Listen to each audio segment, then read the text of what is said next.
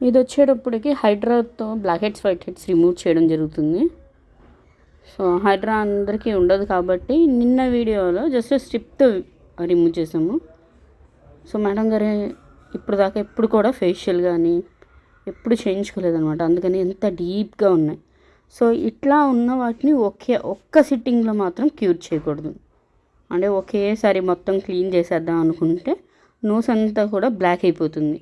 So అందుకని ఏం చేస్తామంటే మనం ఒక 70% వరకు మాత్రమే క్లియర్ చేస్తాము. ఎంత ఎంత నీట్గా వస్తుందో అంతవరకు, అంతేగాని డీప్గా చేస్తే మార్క్స్ పడిపోతాయి.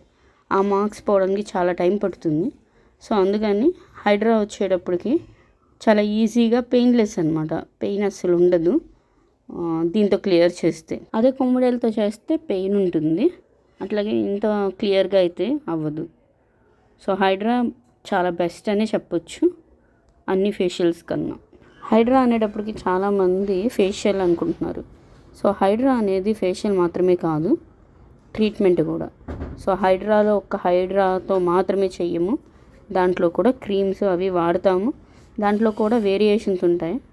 బ్రైడ్కి అయితే ఎట్లా చేస్తాము, నార్మల్ పర్సన్స్ అయితే ఎట్లా చేస్తాము, అట్లాగే ఆల్రెడీ డ్యామేజ్ అయిపోయిన స్కిన్కి అయితే ఎట్లా చేస్తాము. అంటే హైడ్రా అనేటప్పటికి బ్రైడ్ ఒక్కటే చేయించుకోవాలన్నది అయితే మాత్రం కానే కాదు. హైడ్రా మిషన్ కొనేసుకోవడం, పూర్తి అవగాహన లేకుండా చేసేయడం చాలా వరకు జరుగుతుంది. సో సేఫ్గా చేయించుకోండి. Thank you. Subscribe me.